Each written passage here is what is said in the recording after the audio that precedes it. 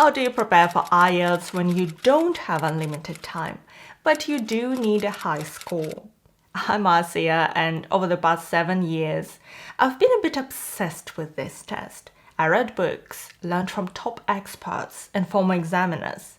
I've taught over 30,000 students through my courses, and I've taken the test myself multiple times. And today, I'll show you the key to each section and help you build a study plan that gives you the score you need.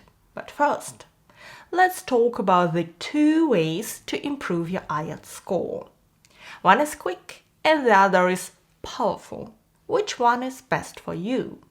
To show you that, I'm gonna need a glass and a little bit of this strange liquid. Let's say this liquid is your English level. You've been learning English for years and now you've reached this point, somewhere around the Band 7 level. That's your ceiling, the maximum score your English skills can get you right now. No hacks, no templates will lift you beyond that. But here's the thing. In the test, your actual score may end up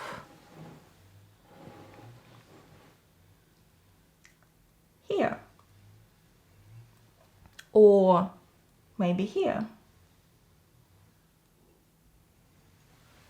Lower, because in IELTS, it's not just about your English.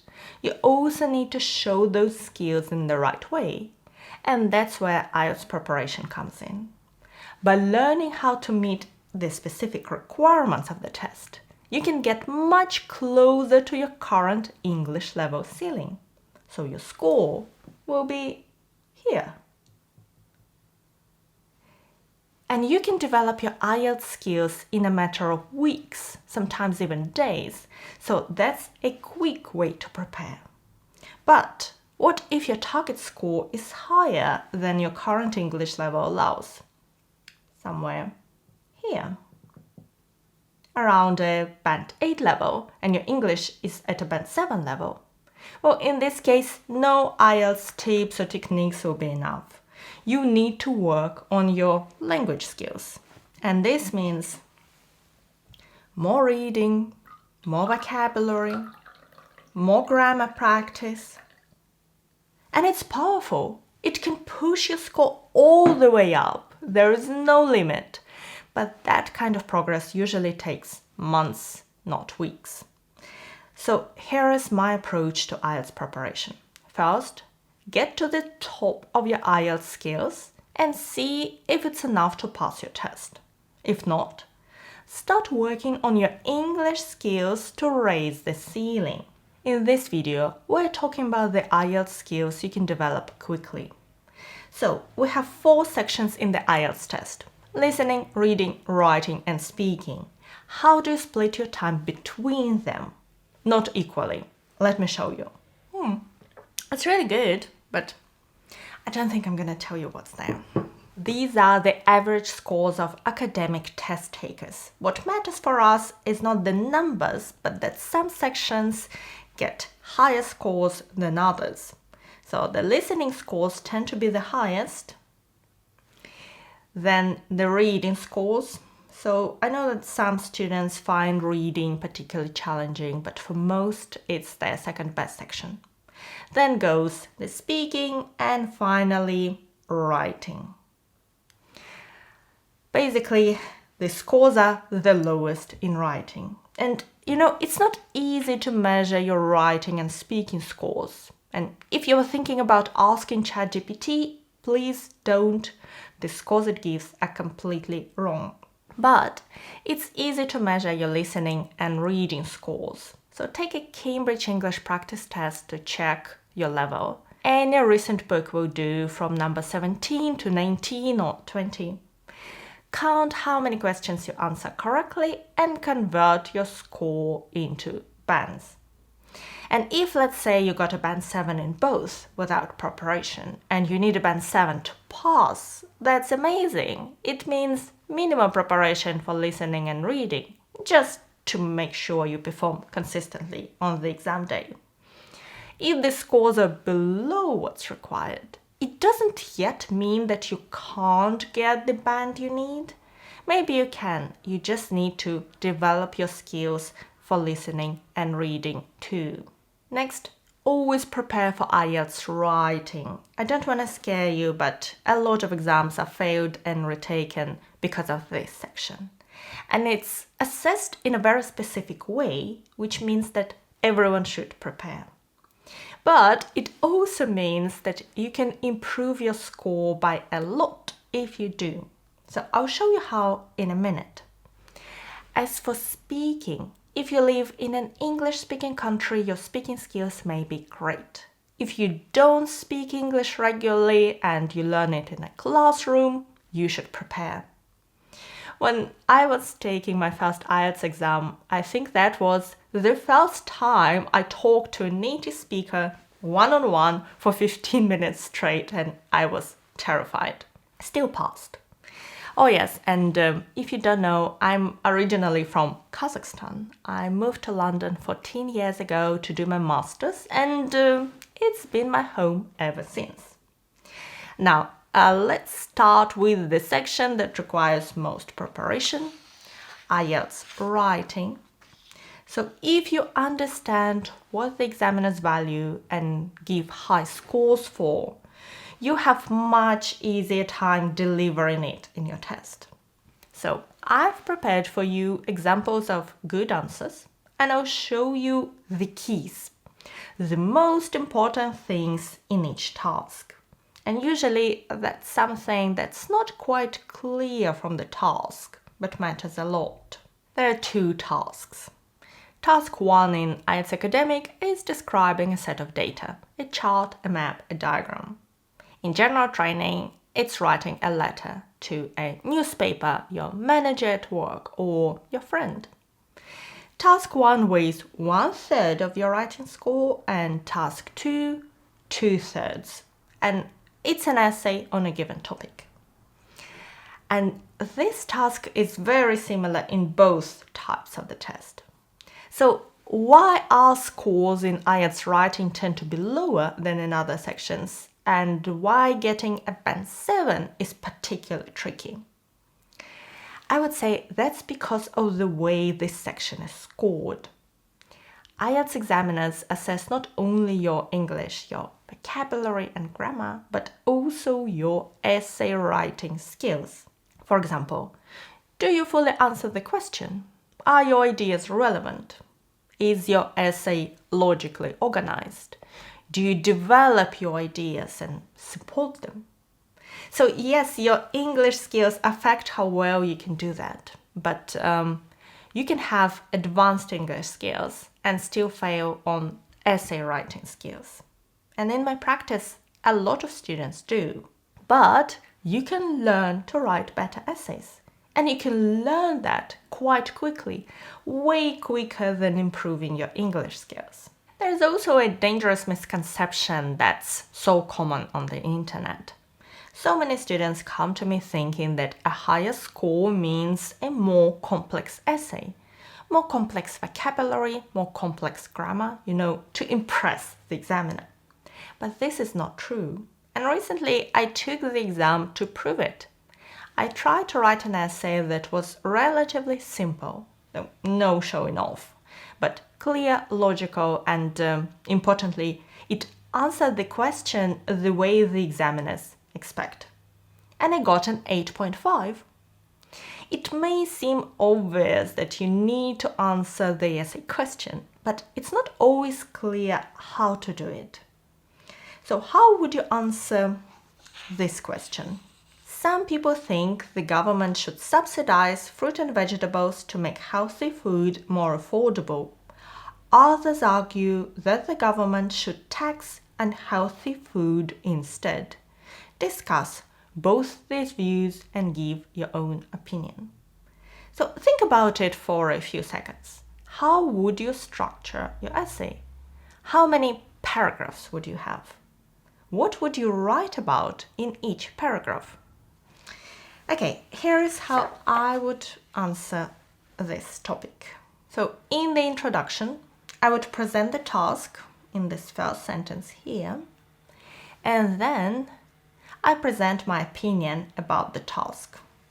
Very clearly, in my opinion, the best way to help people improve their diets is to use both strategies together. So this is something students often don't do, and you don't absolutely have to, but it really helps to make your essay clear. Then, what do you write about in your body paragraphs? In this essay, we have two views, and you need to discuss both of them. So in this first paragraph, I write about the first view. The government should subsidize fruit and vegetables to make healthy food more affordable. And in the second body paragraph, the second view. The government should tax unhealthy food instead. So for each view, you need to present several ideas, explain these ideas, and give examples. All the ideas must be relevant and help you answer the question. And they should flow. So one sentence should logically flow into the next. Sometimes you use linking words for that. Sometimes they just logically flow one into the other. So don't jump from one idea to the next. And don't forget to say what you think about these views in your body paragraphs. And then in the conclusion, you summarize your ideas and you say again what your opinion is. So I just confirm that in conclusion, I believe that a combination of both policies is the best way forward. Exactly the same opinion as I had in the introduction. And then I summarize the main arguments in these sentences. This is what you need to pass. I really encourage you to learn about different types of essays because we have 5. Advantages and disadvantages, 2 views and your opinion, like we've just seen, opinion essays or agree, disagree, problem solution, and 2 direct questions. And I mentioned you must answer the question in full. And sometimes the way the questions are worded, it's not very clear what exactly you need to write about to answer the question. For example, do the advantages outweigh the disadvantages? You may say, yeah, completely. Does it mean you only write about the advantages and not the disadvantages? Or that would be a very costly mistake. You must write about both, whatever you think. So that's something you need to learn, and that will really help you improve your score. You should definitely learn how to answer each type of task. Also, examiners pay a lot of attention to how well you develop ideas. For example, do you know that each paragraph in writing should have one central topic? And usually, the first sentence tells us what this paragraph is about. And then you present several ideas and you develop those ideas. You explain them, you give examples. So not all of us learned essay writing skills at school. I didn't, and I see that a lot of my students also lack these skills.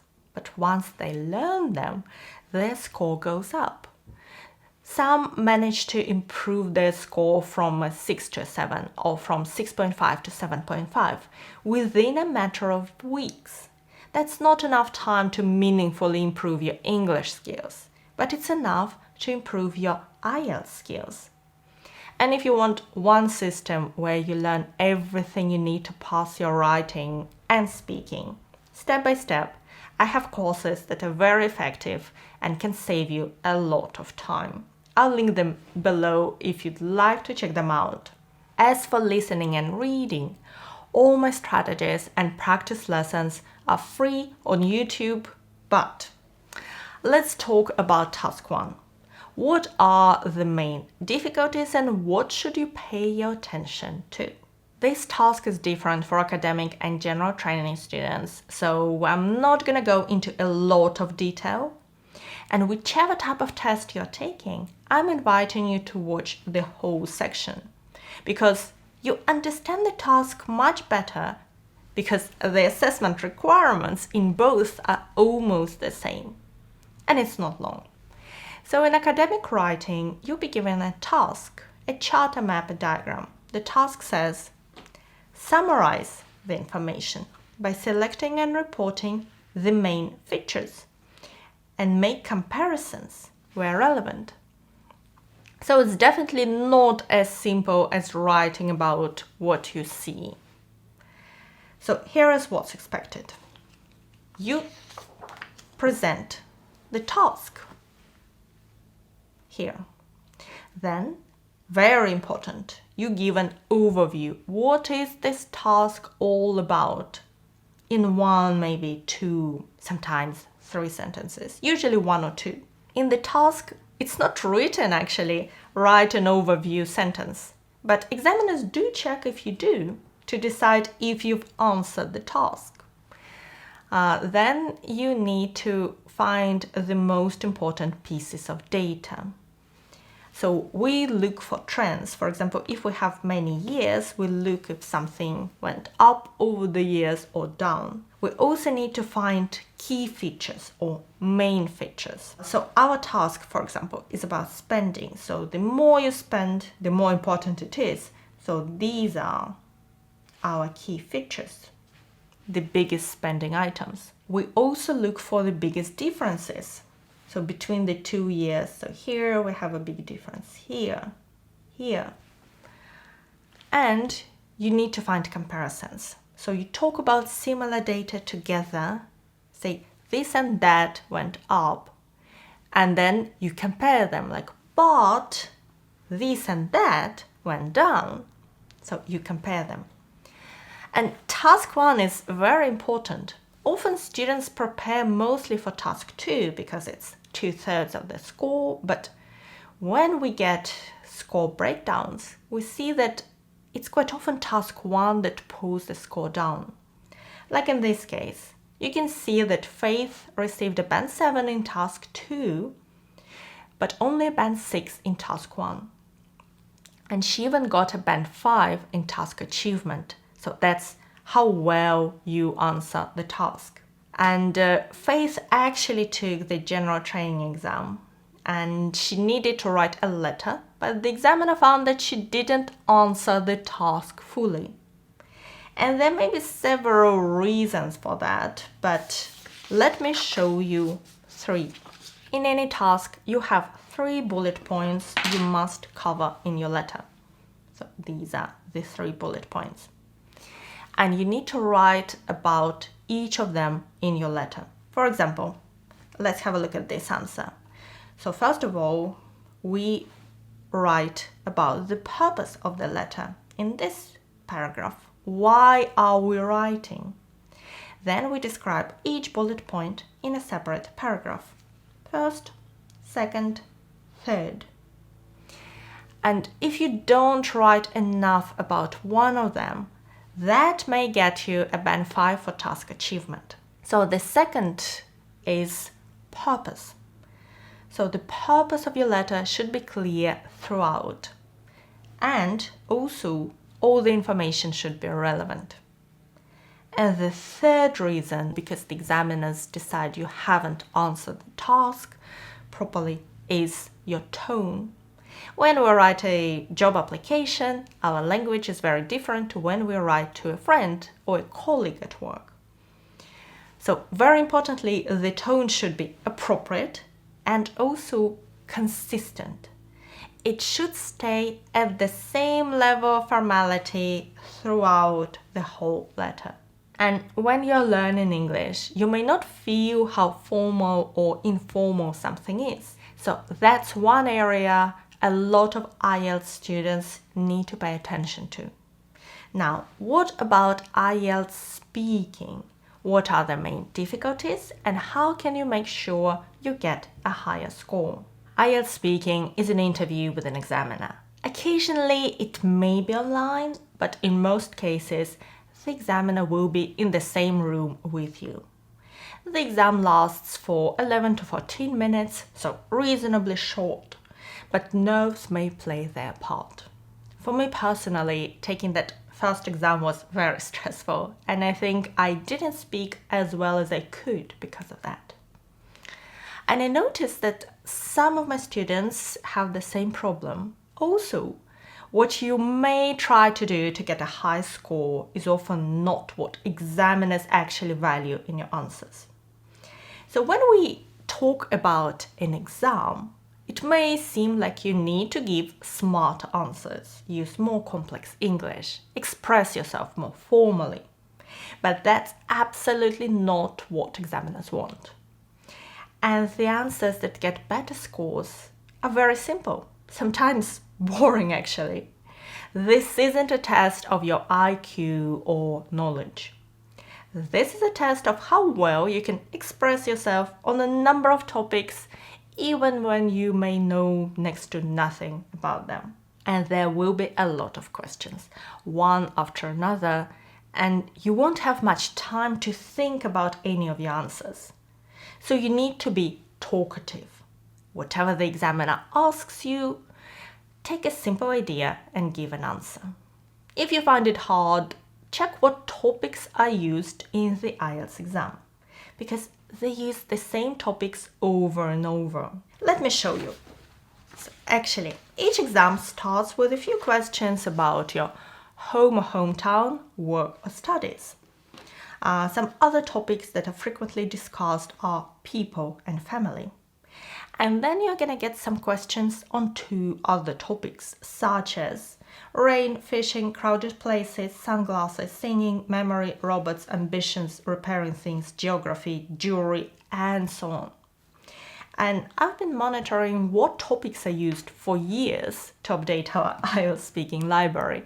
And I often see that topics used in the past are reused again. And we actually have fewer and fewer topics to add. So the library has sample answers and vocabulary for each topic. But I also have a free PDF with recent writing and speaking questions only. And I'm going to give you a link to my free IELTS study plan, which lists all the resources you can use in your preparation. So practice your answers, record yourself, see what you could improve. Not necessarily from the English point of view, but also from the presentation point of view. Do you speak loud and clear? Is it easy to understand you? Do you use intonation? Because examiners do assess your fluency and pronunciation, but not your accent. In part 2, you need to talk about a given topic.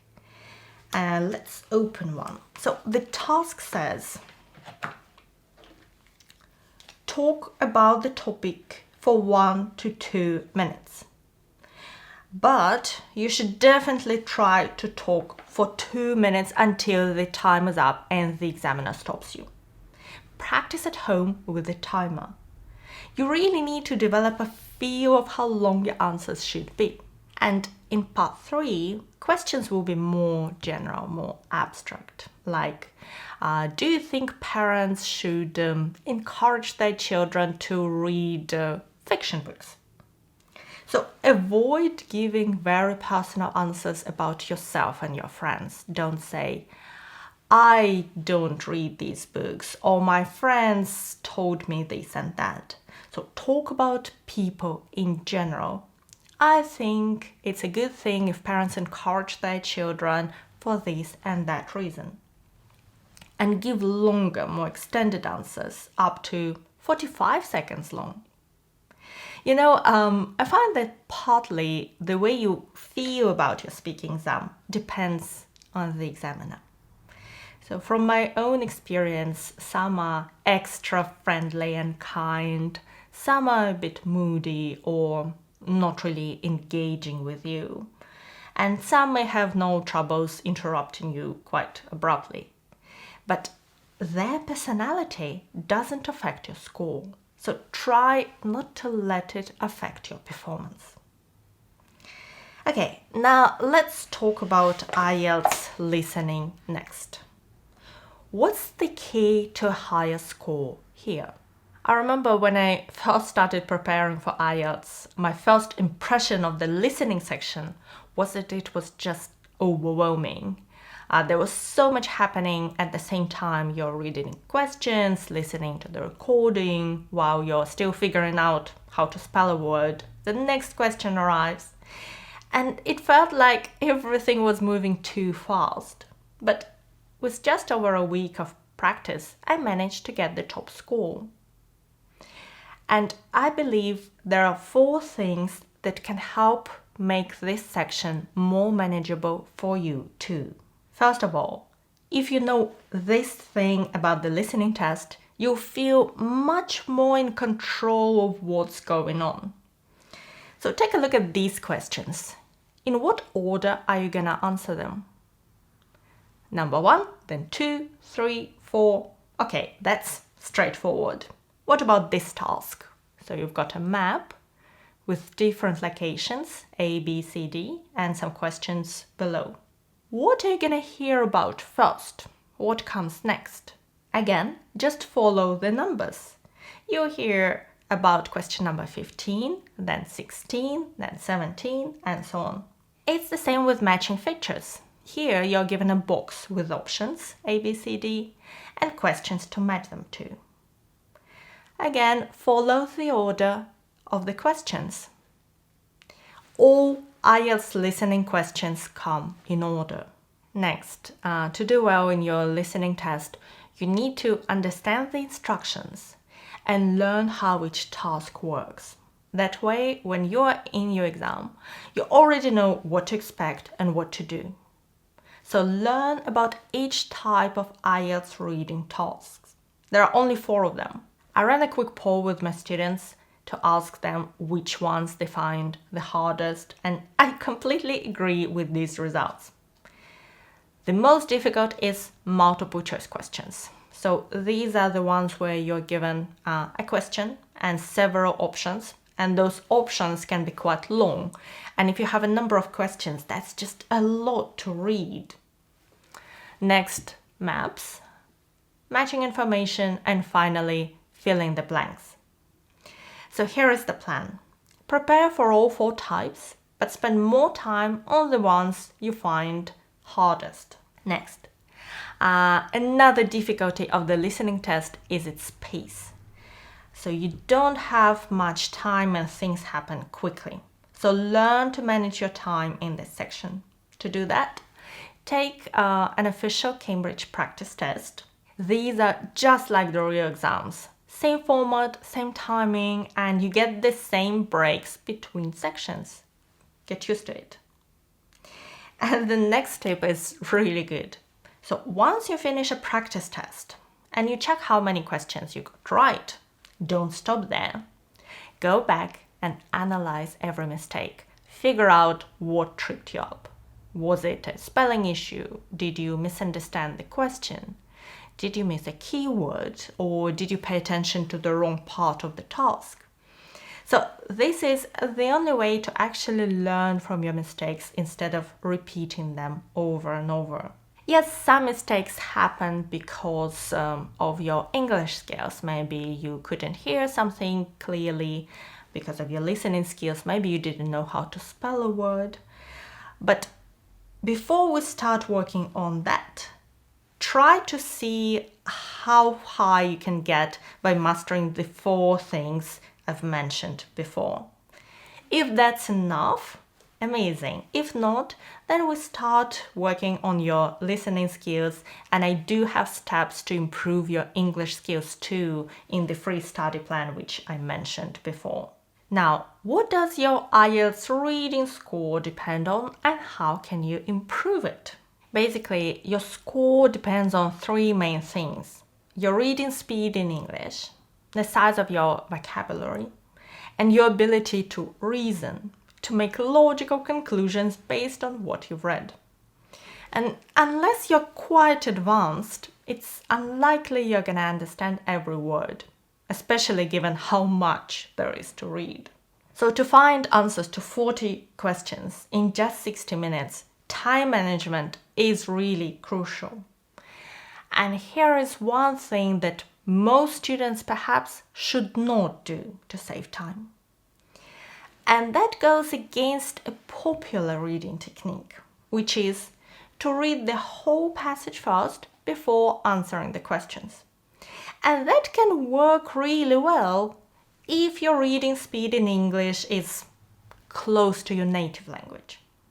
But if you're a slower reader, you're just gonna waste so much time reading that passage. And by not reading it, you can save a lot of time and spend it on looking for your answers. So some of my students could improve their results by a whole band by just doing that. So try both approaches and see which one suits you better. Let's talk about a technique that can save you even more time. For many questions, you can read the question first and then quickly skim the text until you find the answer, slow down, figure out which answer is correct, then move on to the next question and resume reading the text. This way, you're not reading aimlessly, you're reading with a clear target in mind. However, in IELTS reading, there are between 11 and 14 question types, depending on how you count them. And they don't all follow the same rules. So learn which questions come in order and which don't. I have a video where I go through those in detail. Again, it will be linked on my study plan, but you can also just find it on YouTube in the IELTS Reading playlist if you wish. Now, some question types are just trickier than others. And usually there are two types that lead all the polls: true, false, not given, and matching headings. But the good news is matching headings seems to be a little bit less frequent these days. It's not as common as a few years ago. It's still worth preparing for it, but I think you should also spend more time on matching information, which is a lot more common these days. The key is to learn how to tackle these more difficult question types and practice them. But here is another thing to keep in mind. The test gets harder as it goes on. So the standard advice of spending about 20 minutes on each section is not very helpful.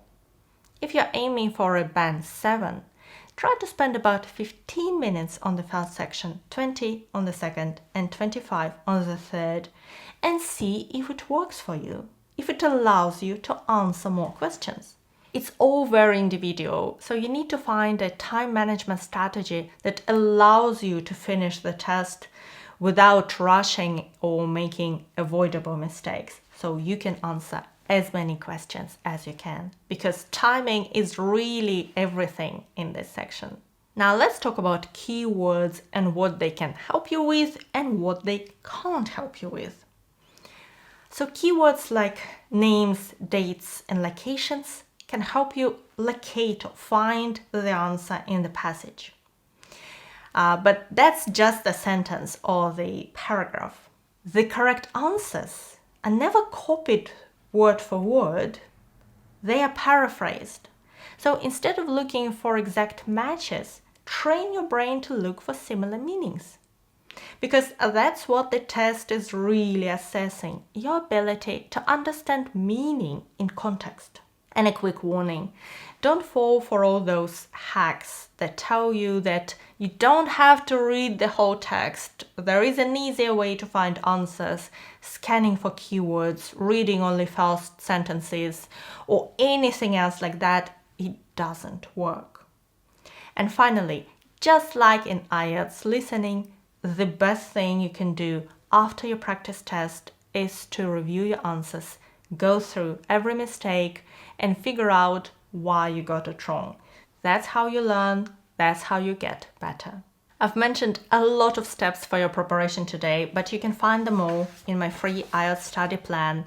And this document also contains the links to all the resources you need and lessons for each part. You can download it via the link below.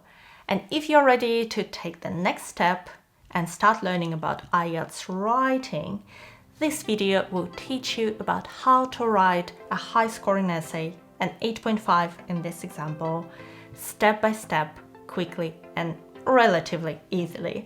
And thank you so much for watching me today. Good luck with your preparation and your exam. Bye!